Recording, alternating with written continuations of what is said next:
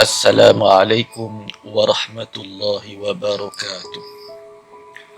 Alhamdulillah, nahmaduhu wa nasta'inuhu wa nastaghfiruh wa na'udzu billahi min syururi anfusina wa min sayyiati a'malina. Man yahdihillahu fala mudilla lahu wa man yudlilhu fala hadiya lahu. أشهد أن لا إله إلا الله وحده لا شريك له وأشهد أن محمدا عبده ورسوله يا أيها الذين آمنوا اتقوا الله حق تقاته ولا تموتن إلا وأنتم مسلمون أما بعد. Saudara kaum muslimin sidang pendengar yang dirahmati Allah sekalian, marilah kita bersama-sama mengambil peluang dan ruang yang ada ini sementara kita diarahkan oleh pihak pemerintah untuk selalu berada di rumah yang kita namakan sebagai istilah stay at home di atas PKP, Perintah Kawalan Pergerakan ini, dengan kita memanfaatkan perkara-perkara yang mendatangkan kebaikan kepada diri kita dan orang-orang yang berada di sekitar kita. Mudah-mudahan kebaikan ini dapat kita panjangkan sehingga kita dapat hasilnya di akhirat nanti. Amin ya rabbal alamin. Saudara kaum muslimin yang berbahagia, saya ingin mengambil sebuah nasihat khusus untuk diri saya dan juga teman-teman sidang pendengar, iaitu di antara salah satu 7 golongan yang akan dinaungi oleh Allah Subhanahu wa taala di akhirat kelak. Sebagaimana sebuah hadis daripada Nabi sallallahu alaihi wasallam, yang mana pemuda ini, kata Rasulullah sallallahu alaihi wasallam, wa rajulun dzakarallaha fi khala'in fafadat 'ainah, yang mana seseorang itu yang senantiasa mengingati Allah sedang air matanya berlinangan. Hadis ini hadis sahih riwayat Imam Al-Bukhari. Saudara yang dirahmati Allah, berapa banyak di kalangan kita yang mana apabila membaca ayat-ayat Al-Quran, apabila sampai kepada ayat-ayat yang mengandung ancaman azab Allah wa azza wa jalla, ataupun kita membaca hadis yang disampaikan oleh kekasih kita Nabi Muhammad sallallahu alaihi wasallam, berapa ramai kita yang merasakan suatu detik gerun, satu gertakan sehingga boleh mengalirkan air mata kita, mengenangkan dosa-dosa kita yang terlampau banyak ini. Sebab itu para pendengar yang dikasihi, Allah wa azza wa jalla menyebutkan di dalam Al-Quranul Karim, A'udzu billahi minasyaitanir rajim, wa yakhruna lil adqan yabkuna wa yaziduhum khusyu'a, dan mereka segera tunduk sujud sambil menangis, sedang Al-Quran itu menambahkan mereka khusyuk. Iaitu apabila kita membaca Al-Quran, kita mentadabbur, menghayati makna-makna, perasaan kita gerun kepada Allah Subhanahu wa taala.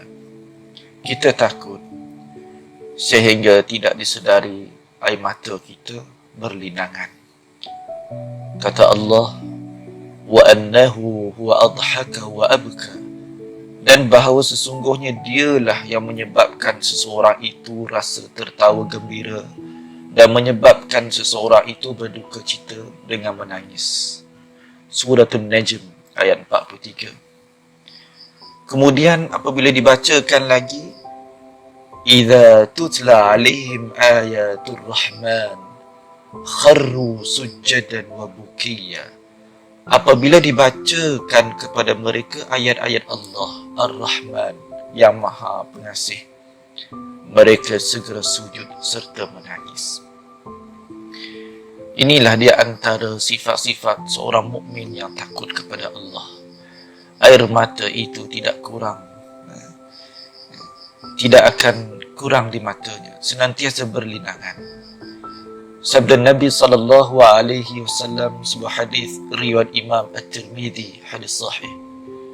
Qala Allah tabaraka wa ta'ala, Allah tabaraka wa ta'ala berfirman, Ya ibna Adam, innaka ma da'awtani wa rajawtani ghafartu laka ala ma kana fika wala ubali.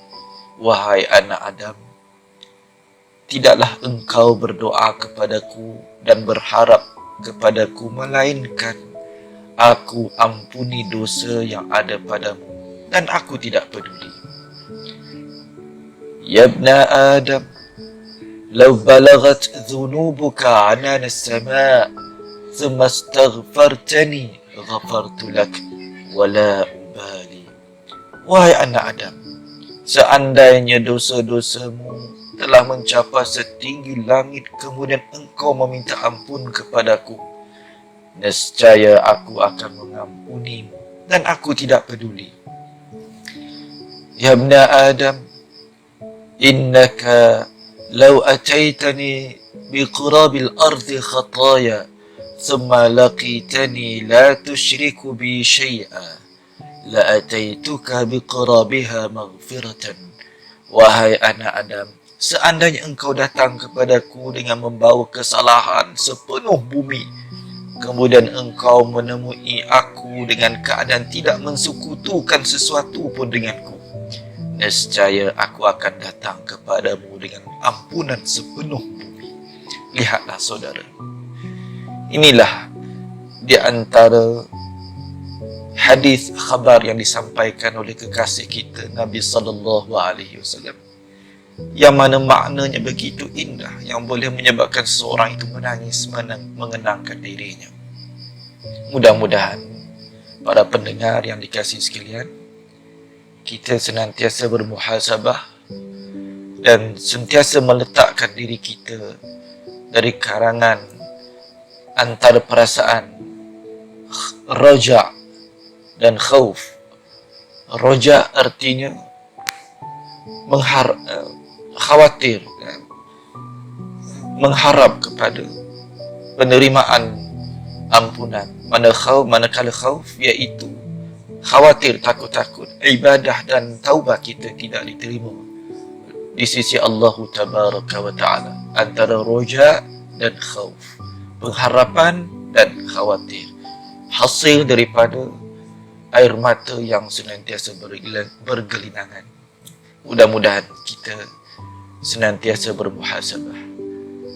Wassalamualaikum warahmatullahi wabarakatuh.